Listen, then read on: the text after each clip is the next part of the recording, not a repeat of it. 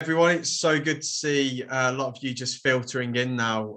My name's Will Hargreaves. I'm the policy advisor at the Greater Birmingham and Coventry and Warwickshire Chambers of Commerce. And today we'll hear from our three speakers on our webinar, Progressing to a Net Zero Business Through Sustainable Business Management. This webinar is part of the Sustainable Business Series, which is a flagship campaign by both of the chambers, which aims to share best practice, guidance and knowledge to help progress businesses to net zero. Today, we'll hear from Annie Gibbons, Associate at Arup, on Arup's net zero journey to 2030. And then we'll hear from Darren Patel from National Express, Environmental Strategy Manager, on measuring your business's carbon emissions. And then finally, we'll hear from Verity Barr, who's Director at Built Environment Communications Group, Birmingham, on communicating your sustainability progress. So yeah, we've COP just around the corner. We're very excited to get things going. As part of the series, we do have our Sustainable Business Summit next week, which focuses on engaging a range of different stakeholders amongst the region, including business leaders. We'll talk on a range of different topics, such as the financial case for sustainability, supply chain sustainability, but also the role of businesses in net zero. We'll hear from keynotes such as Andy Street and Bim Afalami MP. So there will be a poll in just a moment, which I'd like to urge all of the audience to get involved with. It will help us, create and develop our strategy for next year. But just before I do that, I'd like to thank the sponsors for our campaign, who are Aston University, Arup, Morgan Sindall and University of Birmingham. Without their support, this campaign just wouldn't be possible to the extent that it is. So I can see some more of you filtering in now.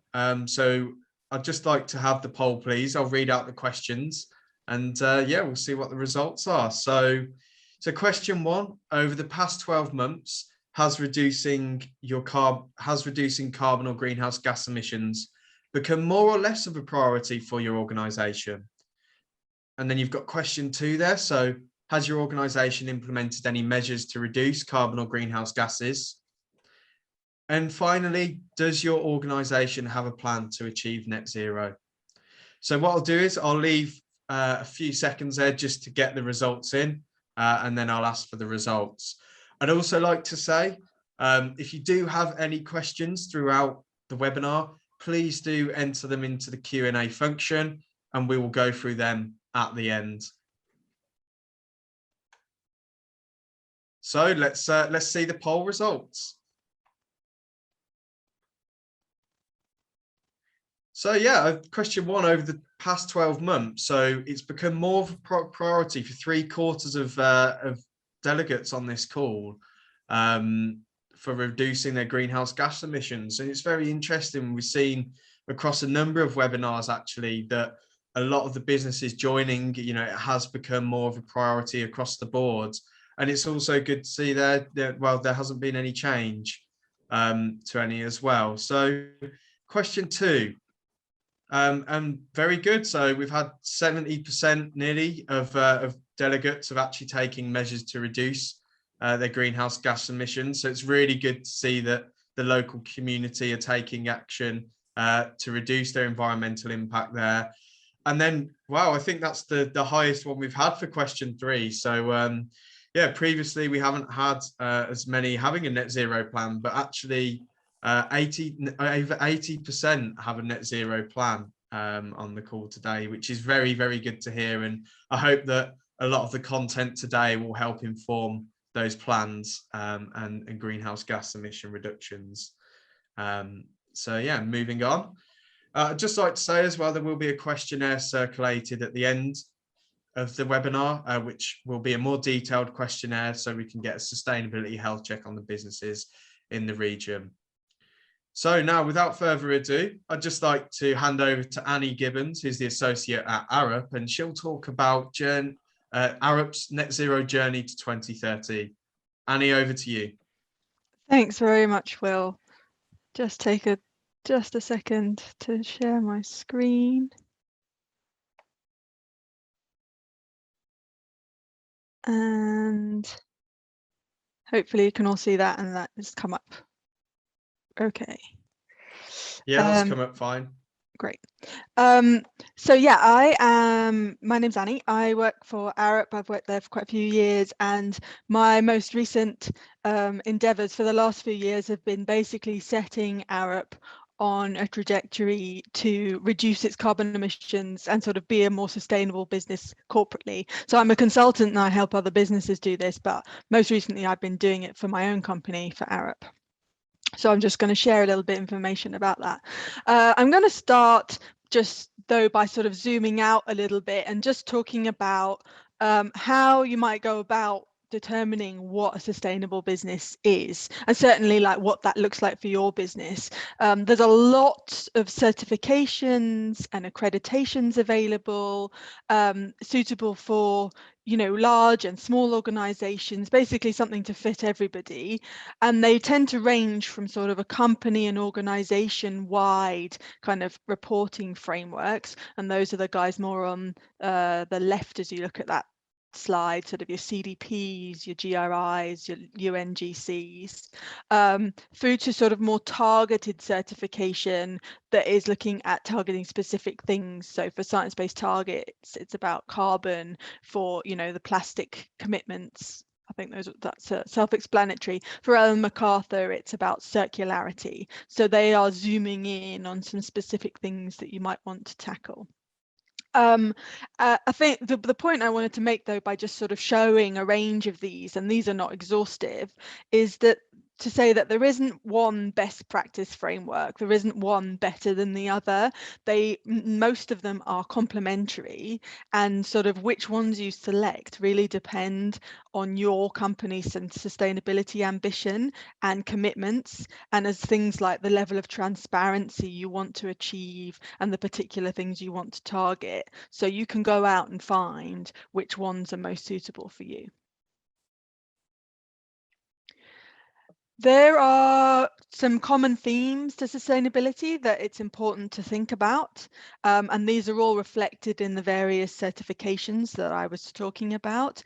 I think the main one to just really, and I've already mentioned it, is transparency and accountability. So it's really important to show what your organization does and also what it doesn't do, the good, the bad, and the ugly, because that's about your journey and you're really showing where improvement needs to happen. There's not really much point in just talking about all the wonderful stuff you're doing if you're not saying, look, we're on this journey and this is where we're trying to head and this is what we know we need to tackle.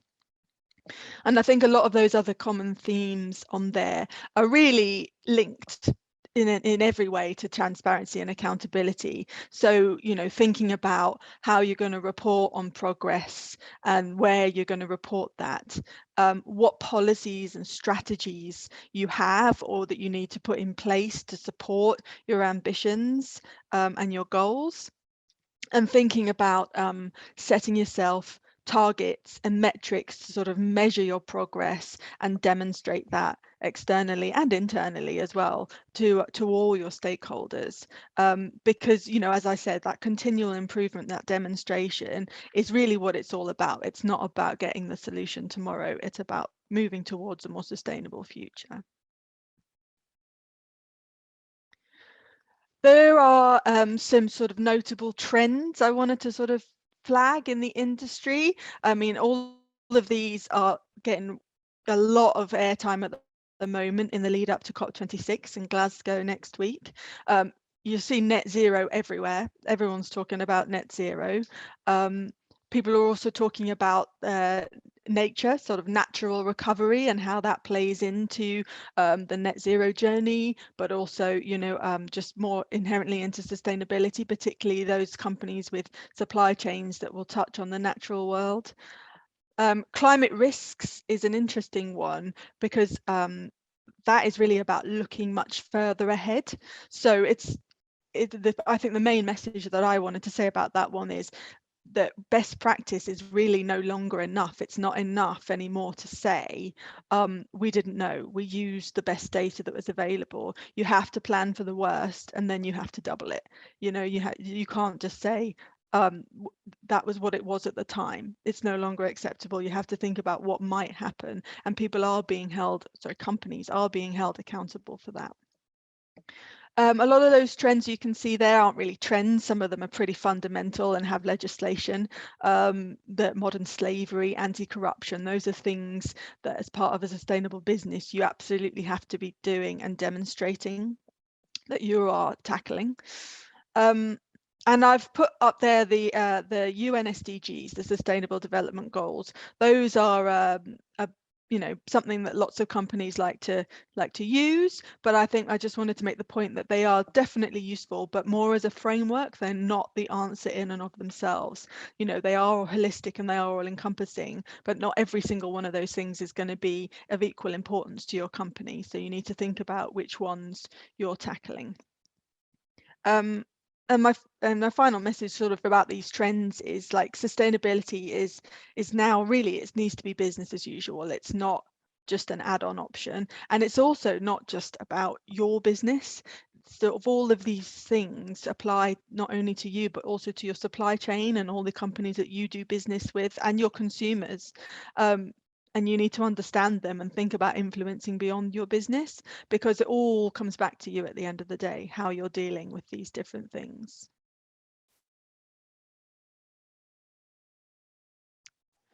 And I think that starts really, that whole journey that I've been talking about so far, it really starts with understanding your business, which sounds simple, but you know, there's some particular things that you can work through to really establish like what part of sustainability is going to be most important to you. So start with your understanding your drivers. You know, what are your stakeholder expectations, your shareholders, your customers, your staff? You know, what is the regulatory and the political environment around you? What are your competitors doing? And from there, when you understand, like, you know, who's asking this question, where do you need to be, you need to start thinking about, well, where am I starting from? What does my data look like? Where can I have most impact? What do I report? Where do I report it? So if you can't, you know, if you can't measure it, you can't really understand how you're improving it. We also sort of recommend that you sort of think about your priorities, and we often call this a materiality assessment, but basically it's just thinking about your priorities. So what topics matter most to your business, and where do you have the biggest impact, or where do you see the biggest opportunity to impact sustainability?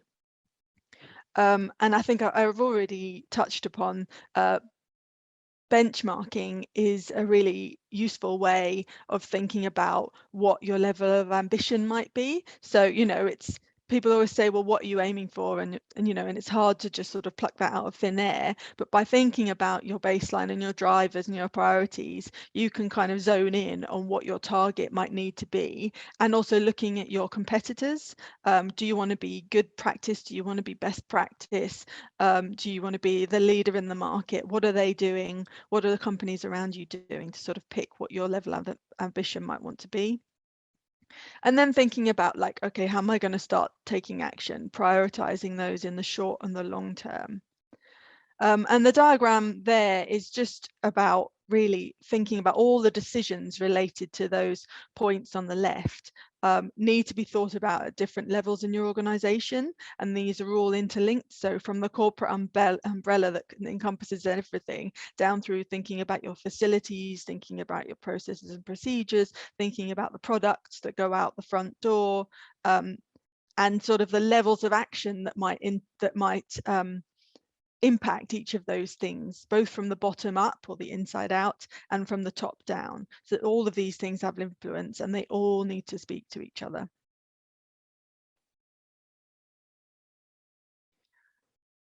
So I've been talking sort of more generally about sustainability, and now I'm going to talk a little bit more specifically about Arup's journey that I've been working on for the last couple of years. So Arup have set itself a goal of being a net zero organization in its operations by 2030. And as part of that, we also set ourselves a science-based carbon reduction target at the moment for 2025. That's to reduce our emissions by 30% by 2025. And I wanted to sort of demonstrate that we really have been through the process that I've just very, very briefly outlined. So, you know, I started with a small sort of team of consultants from, you know, across the organization, experts in different things, thinking about what Arup's drivers were. And this is also done at sort of the C-suite level as well. You know, there was some pressure they were having, that they were identifying that there was more and more emphasis being put on the climate emergency. It was obviously already important to us, but our clients were really asking us, they wanted our advice on how to deal with it. So we really thought it was important that we should be walking the talk. You know, we couldn't just be advising our clients on this. We needed to be showing that as an organization, we were really demonstrating action, the action that we were recommending. There were other drivers, but I'd say that was, you know, a really key one, walking the talk. I then sort of went through a very complex and lengthy process to baseline where Arup was. So we did do some, we already did some reporting, but the data was messy, it was incomplete. We didn't really understand where it came from. It came in at drips and drabs at different times. So I wanted to strip all of that back to basics and really interrogate the numbers and find out what we reported and what we didn't. And it's fine that, you know, there's some stuff we didn't have. You just then on a journey of like, well, where can I find this? And how can I make my systems work for me? So, I mean, one anecdote I give is just the funny places that data sits and how you have to unpick it. So I found that in the Americas, in our Americas region, they were sort of charging their fun bagel Fridays to a health and safety job number. Like how you would account for that in like emissions, you know, you just couldn't, because that's not what the system was set up to do. But you need to unearth those things in order to move forward and actually make some of the improvements that you need to do. We also in Arup thought it was very important that we were including all of the scopes. So I think Daryl is going to talk a bit more about scopes and what they are and what comes into them. But for me, I just wanted to make the point that, you know, when companies are releasing their commitments and they're saying we're going to be net zero, I like to read between the lines, because it's often a lot more about what they're not saying than what they are saying. So have they cherry picked what they're reporting on? You know, are they leaving some big things out? It's actually often the case if you sort of read and you sort of have a little checklist at the side and say, oh, that's interesting, they're leaving out that massive thing. And I also wanted to talk about, you know, how we thought about our priorities. So Arup actually briefly paused its sustainability reporting while we undertook this process, because we had been doing some sustainability reporting, which was a little bit ad hoc. It wasn't really structured to a specific framework. And we just wanted to take a step back and say, okay, what do we want to say and why? Why are we reporting on this? What legislation requires us to report? What are our commitments, or what commitments do we want to make? What's best practice for our industry?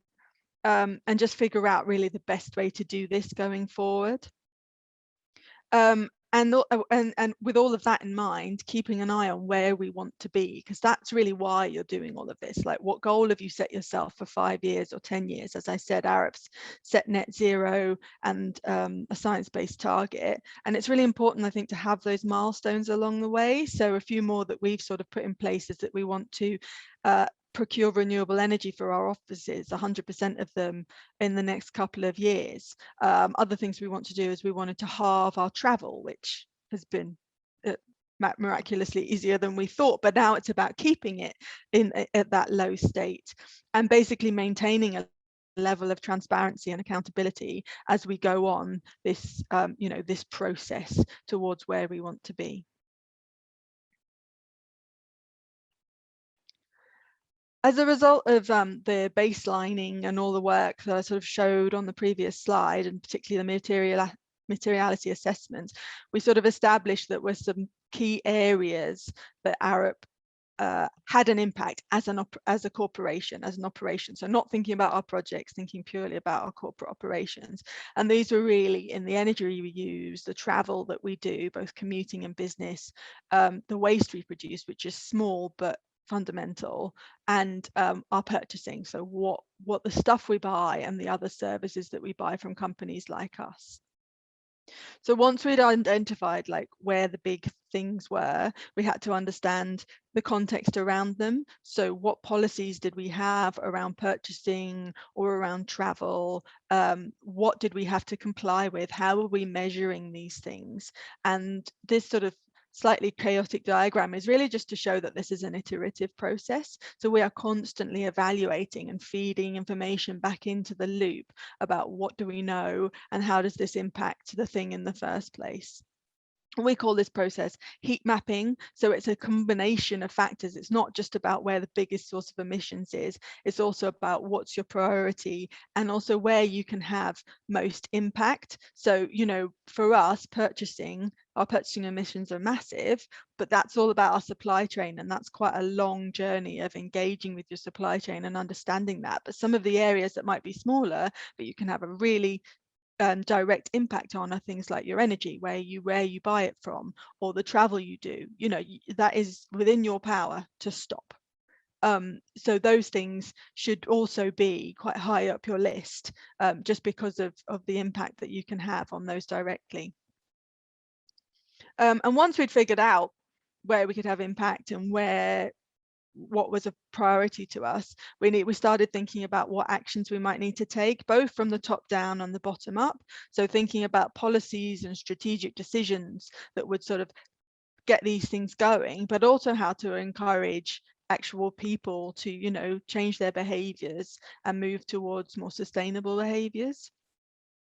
It's always important to remember as well that don't get hung up too much on actions and direct sort of consequences. Is actually quite hard to measure the direct result of an action, but it doesn't mean you shouldn't still do it. You need to kind of look in aggregate at the thing, what you're trying to achieve, and you might have 10 actions that are ultimately all going to maybe help you reduce your travel or help you reduce your waste. So you need to look at their wider impact and sort of the trajectory that you're on rather than individual actions and results. I think that's helpful to think about them in aggregate. And I just mentioned, so the trajectory is important. Always keep your eye on what impact you're trying to have and where you're trying to get to. You know, day by day, it's hard to measure, but you can, you know, zoom out and take a broader look at, like, am I broadly going where I need to go? COVID has changed a lot of behaviors overnight. So for us in Arup, we saw that our travel obviously reduced massively. So now we really need to question the need for reintroducing it. Our purchasing reduced because, you know, we just went in the offices and we were buying less stuff, but we, as well as keeping that sort of a hold on that and making it not bounce back too much, we need to think about making our purchasing smarter. Who are we choosing to do business with? What are we buying and why are we buying it? And our energy actually didn't reduce that much during COVID because the offices were still might not open, but they were still running. So we really sort of identified that we needed to escalate the procurement of green energy because that wasn't necessarily going, you know, that was something that wasn't going away.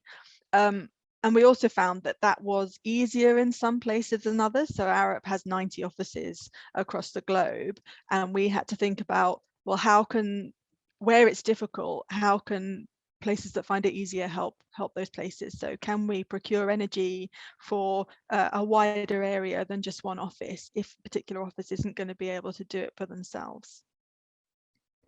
And you can see from this graph, hopefully the colours aren't that helpful, that we've actually already met our 5-year target of a 30% reduction, but we know that a bounce is incredibly likely this year, which we want to control, but really we want to aim for our 10-year target now. You know, it's about, you're obviously always reflecting and thinking about, okay, is my ambition still appropriate to the context and the progress that I'm making, you know?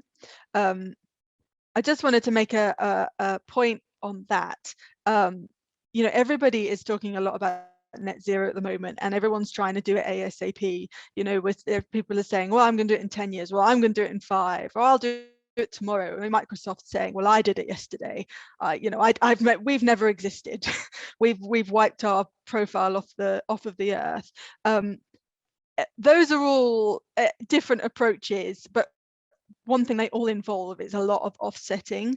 And I just wanted to make the point that I think you need to think about the credibility of the approach and of the goal that you're setting yourselves. I'm not, offsetting Arup is doing a little bit of it too. It has a role to play, but I just really think you should think about the focus really should be on reducing your emissions first and tackling the actions that you are currently doing before thinking about, these big flashy sort of statements that you might be able to make about net zero.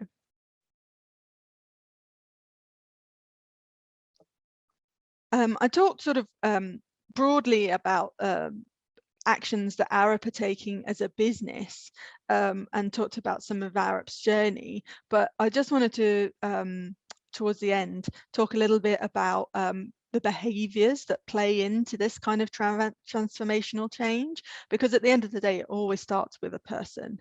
And this is actually some insight from in Arup from some very smart people in our operational consulting practice. And I just found it really interesting and I wanted to share it because it touches on some of the psychological influences on sort of sustainable behavior.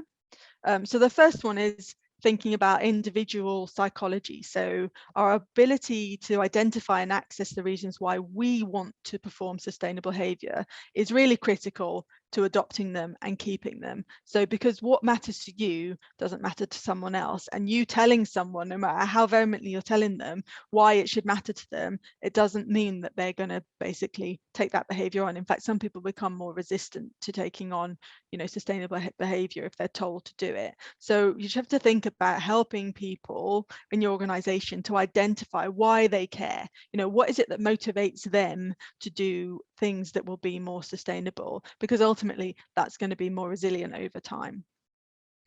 The next one is thinking about the workplace environment. So encouraging green behavior needs to consider the workplace context and the signals that that's sending to the people within it, because we don't exist in a vacuum. So we're always looking around us. I mean, it's human instinct to adapt to our surroundings and try and fit in.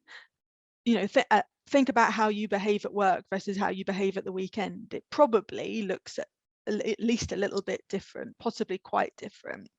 And one thing that I just found completely fascinating to think about is that research actually shows that when we pick up green behaviors at work, we tend to take them home with us, but the green behaviors that we do at home don't tend to cross the work threshold. They don't tend to come back with us. So that tells us that some context matters more than others. So you need to create a setting that encourages green behavior, be consistent and accountable, in your setting.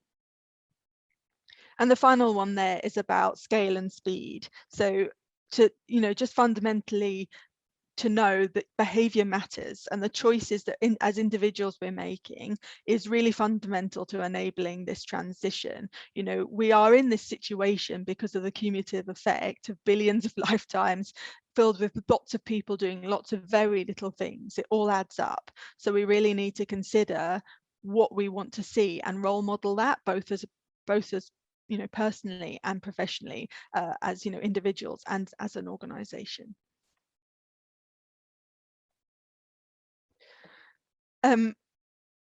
This is really just to make the point that, we need to model the behavior we want, but we can't do this alone. So we recognize the importance of working with other businesses in our supply chain or even our competitors to have the greatest impact. So Arup has partnered with a number of organizations like the Ellen MacArthur Foundation, the World Green Business Council, that reflect particularly the business that we're in, and they support and push us in these areas. They set us goals. Being a member of them means that we have to do certain things, and that's actually quite helpful to drive you on your journey, and that's how you get to scale.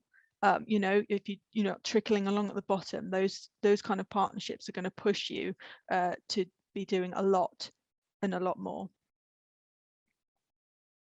And finally, I just wanted to finish by highlighting a couple of things that leaders often understand the need and have the motivation to take sustainable action, but often get stuck at the start line because you're thinking you're first action won't be perfect. You kind of get action paralysis. I mean, even Arup had that a bit. They didn't want to make any commitments until they were exactly sure how they would get there. But in the end of the day, we just had to push the button and put ourselves out there on a limb and say, no, we're going to make this commitment and we will figure it out as we go along. We know some things we can start with and we'll figure out everything towards, as we go, because it's important to take those small steps and recognize that things aren't going to change overnight.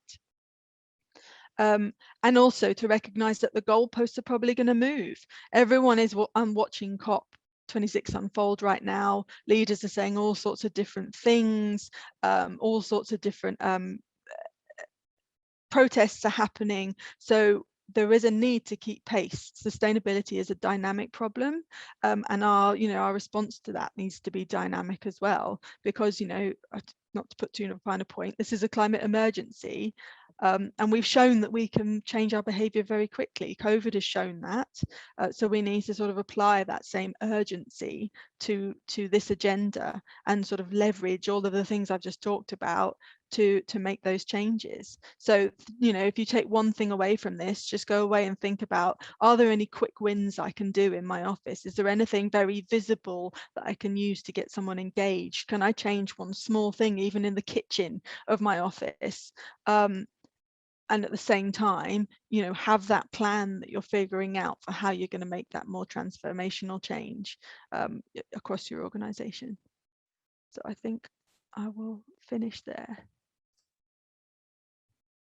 Thank you, Annie, and some very good points raised there. And I'd just like to say to the audience as well that we do have a podcast that will be released this week on the SDGs and materiality, if you just want to find out a bit more about that.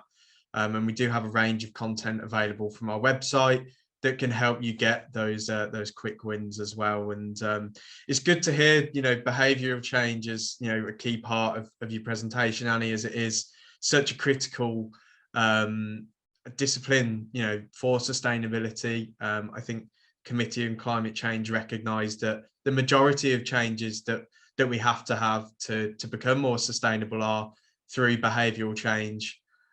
So yeah, very good point, and thank you for your presentation. So I'd just like to say as well, if anyone does have any questions for Annie, please do put them into the Q&A function, or any of our other panelists today. So now we'll go on to Darren Patel, who's the Environmental Strategy Manager at National Express, and she'll be talking on really going about measuring businesses' carbon emissions with a focus on scope 1 and 2, I believe. So Darryl, thanks for joining us, and over to you.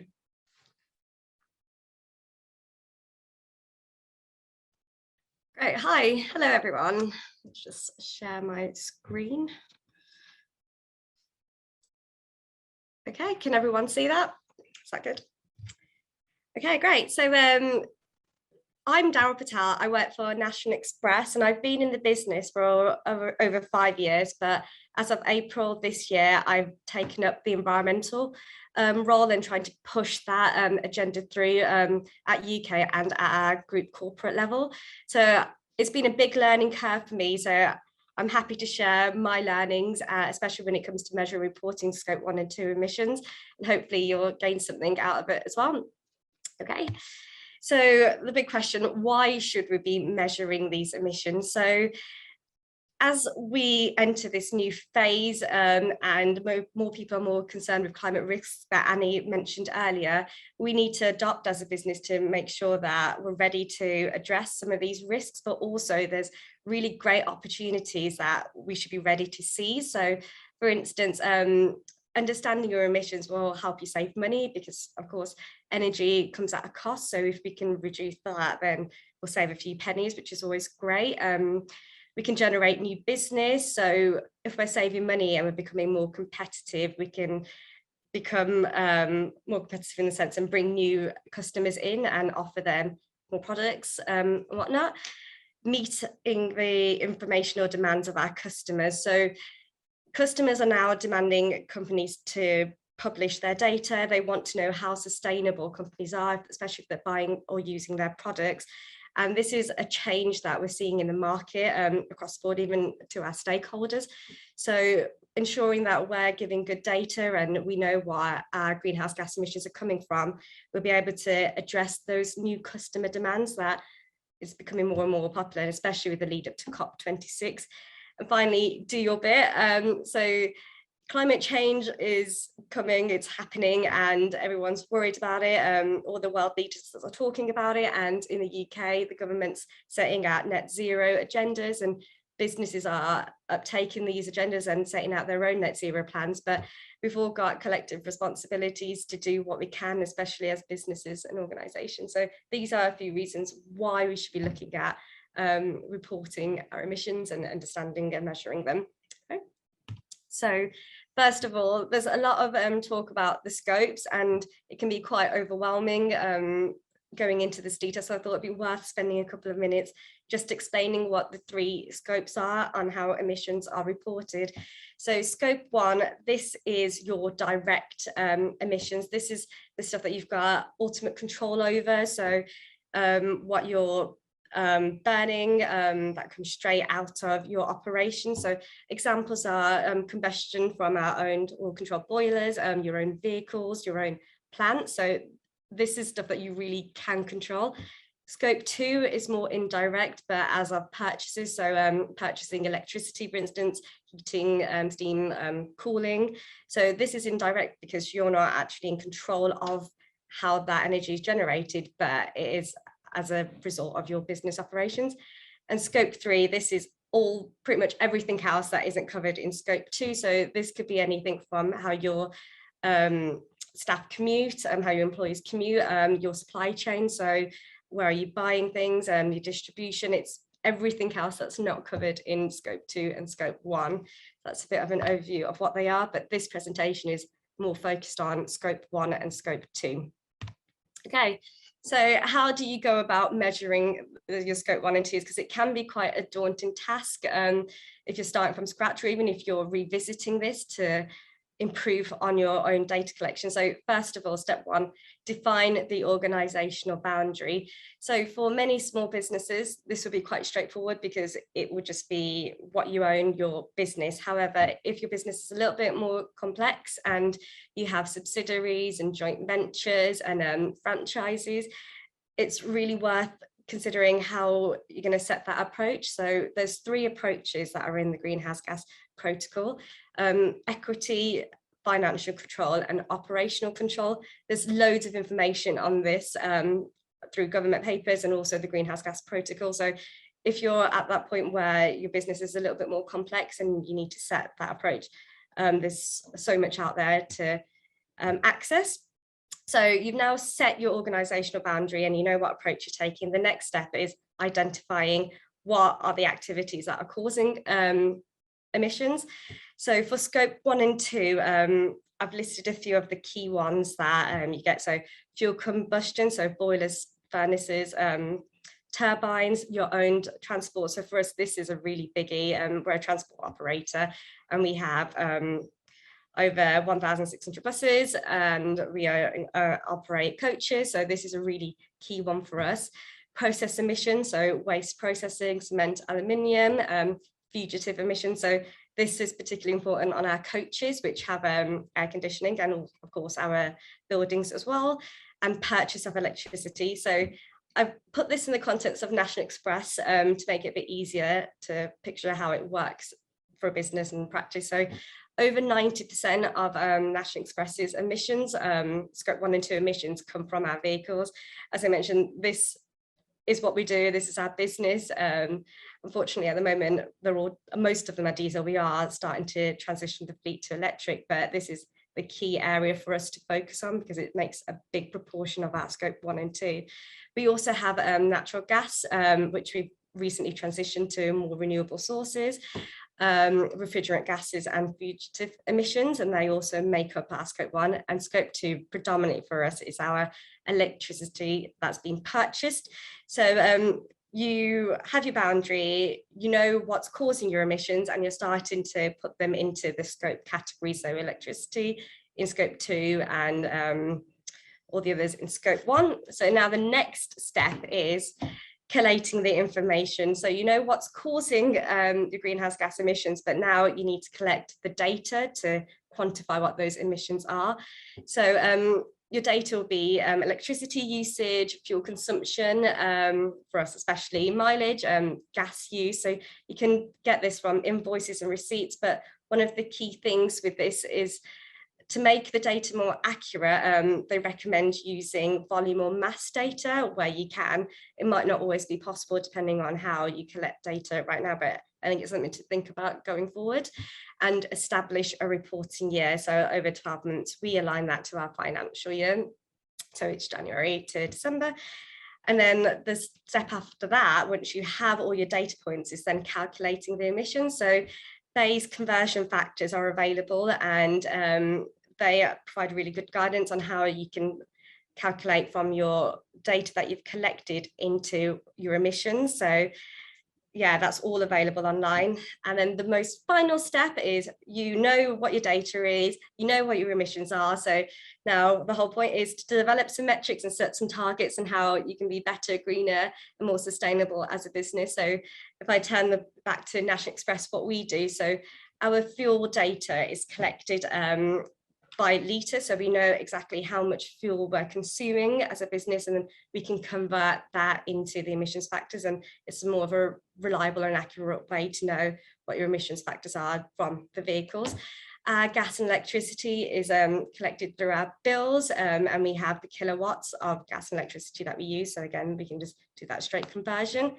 As I mentioned before, our reporting year is from January to December, and that is in line with our financial year, and it just makes things much easier when it comes to trying to see all the trends and relationships. And finally, so our metrics and targets, we have both intensity metrics and we have absolute metrics. So our intensity metrics show our carbon output in relation to the amount of passenger kilometers, because that is our bread and butter, and passenger kilometers for us is a really good metric to use, because it's all about modal shift and trying to get more people onto our vehicles and how that relates to our own carbon output. But as I mentioned, we also have absolute metrics, so you can take both approaches, find whatever metrics and targets are most appropriate to your business, and yeah, set them and go ahead and do what we can do. So my final slide is, since I've joined this team and got into this role, all the learnings that I've realised and how things can be better. So even though National Express have been reporting their scope 1 and 2 for many years, there's stuff that can always be improved, because it is a journey, and even if it means going back and understanding what our boundaries are and redefining them. So first of all, store the data where you can easily access and view trends. This might seem really straightforward and a bit obvious, but the whole idea of this is to be able to see what your emissions are doing and what your inputs are, and once you have that, you can make those decisions. So if this is easy for you to access and view, you can do that quite easily, and you've got a good backing for your decision making. We use software, but this can be done on a spreadsheet. You don't have to spend loads of money on purchasing software, and I wanted to emphasize that. The second one is rationalize and document your methodology. So even if you've already got reporting set up, it's always worth going back and checking, what are you collating, what data are you collecting, how are you collecting it, and is it the best way that you could be doing it? Is there a more efficient way or more accurate way? For instance, if you're measuring fuel from your cars or your own vehicles, are you basing that on expenses payments, or are you doing it based on the actual fuel consumption or mileage? And you might find easier and better ways that you could be doing it, so it's always worth refreshing. Establish a clear reporting responsibilities. If you've got a complex business that have many different functions, your data inputs might be coming from various places. So if there's clear reporting responsibilities, it makes it so much easier. And some may find it quite challenging because it's an additional reporting that they may have to do, but I think if you establish it quite early on, it just makes it a lot easier for everyone. Being granular with the data. So all of this is to make change and to view your emissions and to set these targets to be better and greener. And what I found, it's much easier to do that when you've got more granular data. So if you know what your carbon is from each site, or if you know what your inputs that cause your carbon at a more granular level, it makes it easier to then produce strategies and plans to address those points. So for us, we've got multiple sites across the UK, and we've got different business units. So we try and get the data as granular as possible, and timescales. So you could just put one figure at the end of a year, and then that is your corporate reporting done. But if you can do it on a more of a granular timescale, maybe every month or every quarter, then you can really see the trends more clearly and how to address it, rather than just waiting to the year end. And finally, senior leadership sponsorship. So it's really vital to get your stakeholders on board and get your senior leadership on board, because what you'll find is, to make some of these changes to be more sustainable, to be better, to be greener, it will use resource. So if you have leadership on board with you and they're reviewing the data and they can see why you're pushing for certain initiatives, it just makes it so much easier to make change. And that is it, everyone. That's me done in a whistle-stop tour. Thanks, Darren. Very insightful there. It's so good to hear it from your point of view, seeing as you've done it yourself, and really done some good work there as well. And it really is such an important issue. You can't manage what you can't measure. And but one of our surveys from the British Chambers actually found that only 1 in 10 businesses are measuring their carbon footprint, and for smaller businesses it is in fact a lot less when compared to larger as well. So it's good to have this presentation today. Be interesting to see as well, we've got 80% of the audience do have a net zero plan, so it'd be interesting to see how many people today take away that carbon footprinting and look to implement that in plans. So yeah, very good, and thank you. So our next speaker is Verity Barr, who's the director at Built Environment Communications Group. And Verity will be speaking today on how to communicate your business sustainability progress. So Verity, over to you. I'm just going to do the same and just share my screen briefly. Oh, hopefully. No, I've lost it. Sorry. Where's it gone?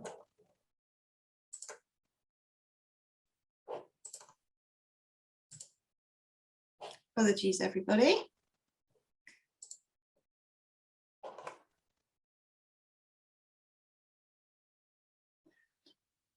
Oh, sorry about this, Will. I had it. No, it's okay. Yeah, I'll tell you what, I'm going to stop sharing and just try and sort it out. Yeah, that's fine. I think as well, just on the presentation, Darryl, it's quite interesting because we've seen the government as well say that if you're bidding for a contract over 5 million, that you have to have a credible net zero plan. So it would be interesting to see the role of carbon reporting and measurement in that, and that's something definitely to consider for the audience. If you are going for those big contracts, it's definitely something to account for. I think I'm there this time. There we go. Sorry about that. That's a horrible text. No, that's not how you want to set the scene. No problem. All right then, yeah, over to you. Thank you. Right, deep breath. So it was really interesting to hear from Annie and Darryl, setting the context of, as an organisation, what you can do, and to see some examples from Darryl of how you can do that, putting it into practice through that case study of National Express. And what I'm going to just touch on briefly is the step on from that, which is why it's then so important to communicate what you're doing to the various different audiences and stakeholders that you as an organisation have. Because obviously the doing the do is the fundamental part. That's the bit that's going to make the change, that contributes to us all doing what we can to combat climate change. But it is important that you tell people what you're doing as well. So we heard direct from Kwasi Kwarteng, the Secretary of State for Business, at an event that we held earlier this year about the importance and the vital role that the private sector, businesses and organisations have in helping the government achieve the UK's net zero targets. This isn't just about big corporations or government bodies making a change. It's about every organisation, from the smallest SMEs right up to the big companies like Arup and National Express that Annie and Darryl work for. You know, we've all got a role to play in this, and we all know that we need to do something, no matter how big or small that is, to contribute to the change. And we also know, importantly, that people really care about climate change now. I think, you know, particularly given the events of the last year, sort of 12 to 18 months is now, gosh, isn't it? That the climate emergency has become really visible for everybody, again, not just organisations, but as consumers as well. And I think with the lead up to COP, as Annie touched on, there's so much in the news at the moment as well, and with the protests that are happening, it's becoming a really critical issue. And these couple of statistics are taken from some polling that we did with a think tank about a month or so ago, again in the run-up to COP, just asking people whether they felt that climate change should be a priority for government. And you can see from that 68% of the members of the general public that we polled felt that it should be. And if you also take in the additional 20 that don't disagree with that statement, you're looking at the vast majority of members of the public really think that this is something that we should all be paying attention to. And alongside that, a slightly lower figure from MPs. Our assumption is that that's based on MPs wanting COVID recovery to be kind of a critical part of agenda as well. But you know, on the whole, that just shows that people really want to see this issue being addressed. And we also know that people are getting increasingly frustrated with what they're perceiving to be as a lack of action, particularly from big corporations. But I think this will very quickly filter down into consumer attitudes towards smaller organisations as well. I don't know whether any of you saw the Joe Lycett versus Shell programme that aired earlier this week. If you haven't seen it, you may well have seen snippets of the spoof advert that he did. But a really powerful programme that showed the impact that just a single person, albeit a single person with a profile, can have in holding a particular organisation to account. You know, it's pretty much a no holds barred programme. I've spared you the most graphic of the images of what he produced there. But you know, he really has brought national, if not international level attention to what he perceives to be Shell's behaviour or lack of behaviour. Also, when I was starting to think about this presentation at the weekend, just looking through the weekend FT, which is the paper I tend to pick up, there was a double page feature in there about activist shareholders and the fact that increasingly members of the public are buying just a handful of shares in an organisation, which then enables them to have a voice at the AGM to really push board directors to clearly demonstrate what they're doing or to push them in a particular direction to make a change and make them accountable. Just picking up again on what Annie was saying, it's all about commitment and accountability and showing that you're making a change, and that even at the smallest level, shareholders are now having that voice and making use of that voice. And then obviously alongside that, there are the very visible protests, particularly those that happened through COVID and are increasingly happening now in the run up to COP as well. So we know that this is something that we collectively need to address because people are increasingly caring about it. But how do you do that? Well, the kind of instant reaction is to talk about everything positive that you are doing and almost use that as a way of perhaps hiding some of the behaviours that aren't so progressive or are proving more challenging to change. And this really summed up Joe Lycett's argument against Shell, this idea of greenwashing, which I'm sure you'll all have heard the term is becoming particularly prevalent through the media. But what does it actually mean? And in Joe Lycett's programme, he used a really nice analogy of it's almost like the magician who's using his sleight of hand to distract you over here with his left hand, while with his right hand he's doing something that he doesn't really want you to see. And the accusations that Joe was making against Shell is that they put all of their external communications focus onto the work that they're doing to support renewable energy, the work that they're doing around their sustainability agenda, using lots of really positive images of a green and happy environment. There's nothing wrong with doing that because undeniably they are putting energy and investment into that. So we're not saying they're not doing that. But what Joe felt that they weren't doing was acknowledging the impact that their fossil fuel operations are having. And he even said in his programme, what he really wanted was for somebody from Shell to sit down and say to him, look, you know, we all drive cars, or you know, most of us drive cars, we heat our homes, we cook using gas, you know, that there is a need, we can't just cut fossil fuels at the moment.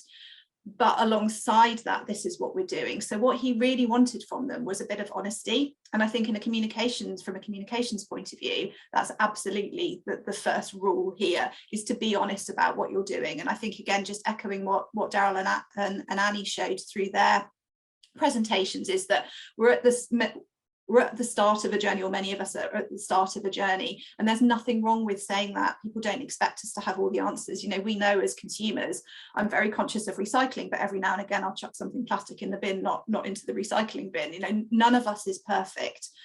And I think I wouldn't normally advocate shoving a load of words onto a PowerPoint slide, but I just wanted to give this example. So in the heat of the George Floyd murder last year and the rise of the Black Lives Matter movement, a lot of big corporate organisations were very, very quick to say, this is terrible, here's our equality and diversity policy, and almost kind of wanting to demonstrate that they were doing something because this was such a terrible situation. But I think what the audience came back and said was, well, it's great you've got an equality and a diversity policy, but it's clearly not working. Whereas this organisation, Bureau Happold, who are a global engineering design consultancy, the approach that their CEO wanted to take was one of real honesty. And just a couple of the things that I've highlighted here in the statement that he put out, he talks about, you know, this is where we are at the moment, and this is where we need to move to. You know, this is the situation now. We're not perfect, but this is how we're going to get better.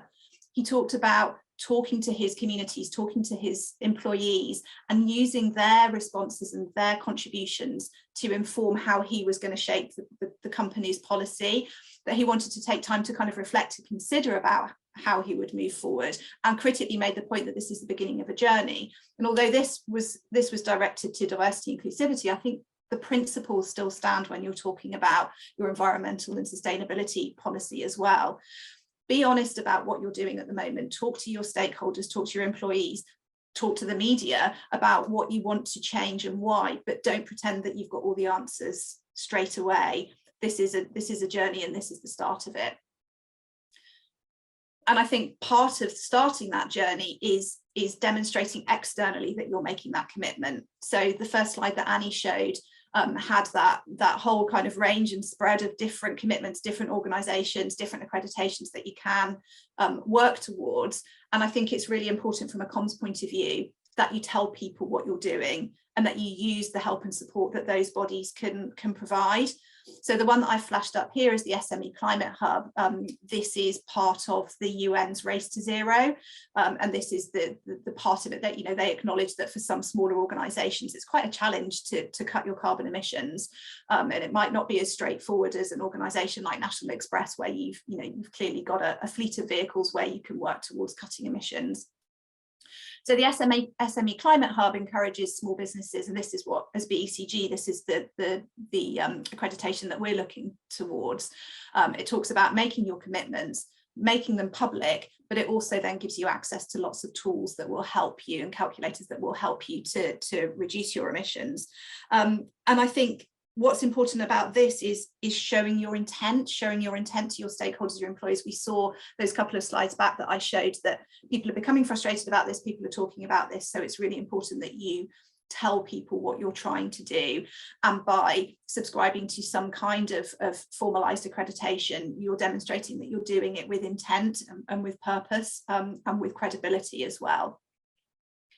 And I think once you've set that commitment, again, to echo what the guys have already said, it's about being accountable.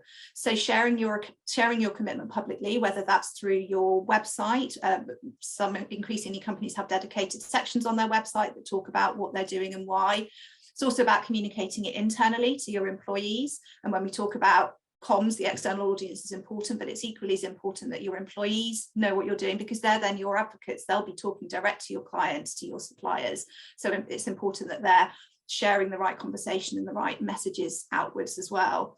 And it's really important that you report publicly on your progress, not only in terms of demonstrating progress to the organisations that you're who are kind of accrediting or measuring your progress, but also to report to those other audiences, to demonstrate to your customers, to your clients, to your stakeholders, to demonstrate that you're doing the do really. And there are lots of ways that you can do that. You can do that via your website, via your social media channels. If you have newsletters or other communications that you use to your stakeholders, make sure that you're echoing the messages in there. But it's also just through the conversations that you're having with them as well, and conversations where you're talking not only about what you're doing, but perhaps supporting what they're doing. If you have a supply chain, talking to suppliers about how you can encourage them to reduce their emissions or to help you reduce yours as well. So it's thinking about communications really in the round, not just in terms of sort of physical marketing materials, but in every facet of your communications. And I think what is also important, particularly from an external comms point of view, is also about just participating in the wider debate, because I think, you know, through the presentations, we've all seen the point that this isn't going to happen overnight. It's a slow process. You have a trajectory that may be kind of focused on achieving something over the next 20 years. So you're not going to have something to talk about every day about what you're doing as an organisation. But what you can do is contribute to that wider conversation that is happening all the time. So again, just to throw in a couple of examples, this one here on the left is actually taken from the current issue of the Waitrose magazine, which I picked up at the supermarket at the weekend. So we all know that John Lewis is very, very good at its external communications. And here in the magazine, there were about 8 or 10 pages that looked at what some of Waitrose's suppliers are doing to improve their sustainability or to reduce their environmental impact. So this isn't even what Waitrose or John Lewis itself is doing, but it's just talking about and demonstrating that they care about how their supply chain's behaving, and that they recognise that the products that they produce or the products that they sell, ultimately their consumers want to know that they've come from a good place. So it's really just a good example of how you can talk about something that is happening further down your chain, but use it as a way of demonstrating that you care and you're alive to the situation. And then just on the right there is a good example from my company, BECG, about, again, just playing the part in that debate. So one of our employees has written a blog about the Green Industrial Revolution in the run up to COP. Doesn't have the answers, but it just shows that we have an opinion. And then pushing that out on our social media channels just makes everybody realise that we're part of this conversation and part of this debate. So even if you don't have something specific to talk about what your organisation is doing, there's always an opportunity to talk about the wider sphere. And then just finally, because I work in comms and I can't not talk about this kind of thing, if you're really serious about this, then you can also think about how your brand and your visual identity is or isn't demonstrating the environmental work that you're doing. So this example is a rebrand that we did very recently for a family-owned company, facilities management company. On the left is their old logo. Clearly had to go for no other reason that washrooms aren't pink or blue anymore. So you know, they recognised that there was a need to change, but that wasn't the only reason. It's a family-run business. The second generation of the family are now coming to the fore and running the organisation, and they really want to position the company as one that is an environmental force for good. Ultimately, their ambition is to secure B Corp status. And so this transition of their brand is a part of that. And they came to us and said, look, you know, we've got this pink and blue brand. It's not right anymore. We want a brand that reflects our focus on sustainability, on the transition that we're making towards a really sustainable business. And so just at a very kind of basic visual level, we've then put together a new brand for them, which we feel reflects that change and better positions them through simply the colours that they use, the shapes that they use, the way that they talk about what they do, the imagery that they use around it. So I hope that this example shows that even when you are making those commitments and changing the way you behave, sometimes you also need to change the way you present yourself as well to reflect that. And there we go. Thank you very much.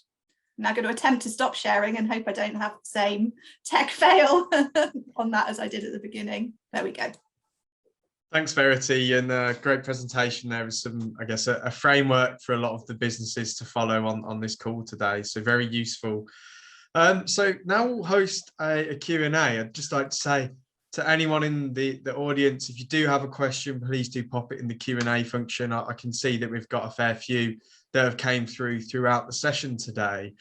So I'd just like to kick things off, really. And Annie, this is from Mark, and I know, Verity and Darryl, feel free to come in on this as well. But Annie, have you found that the senior team at Arup have become more involved in the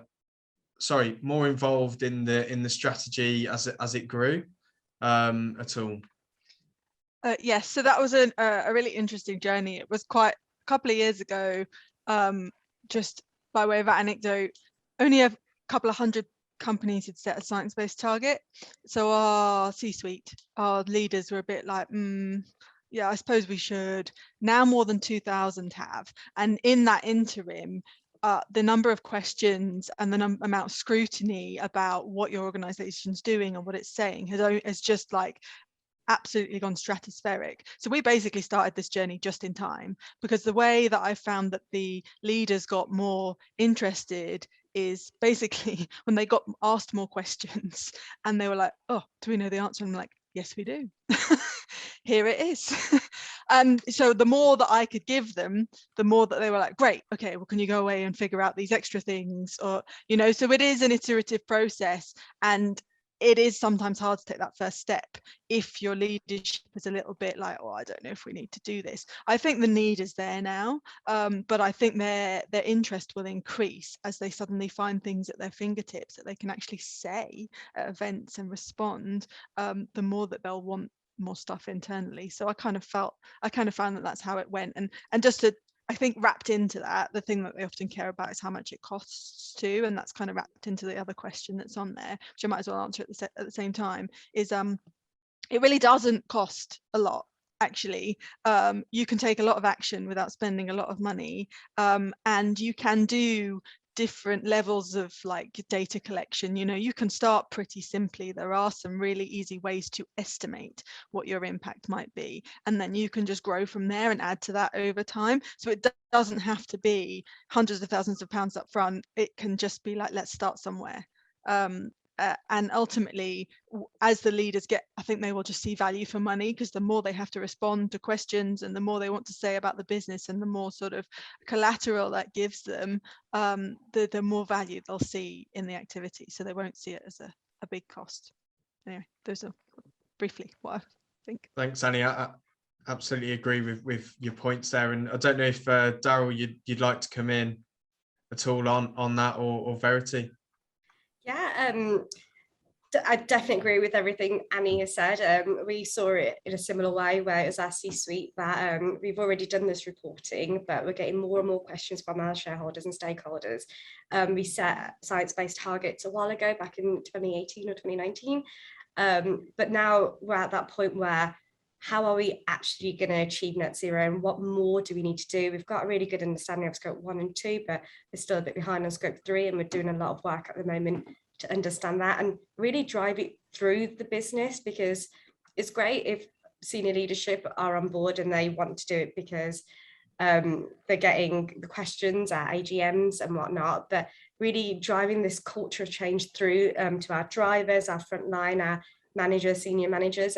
But that's where we're now really trying to get that behavioural shift that I think Annie mentioned before, which was really, really great to see, to be honest. And yeah, when it comes to the cost side, again, completely agree to start reporting on your emissions.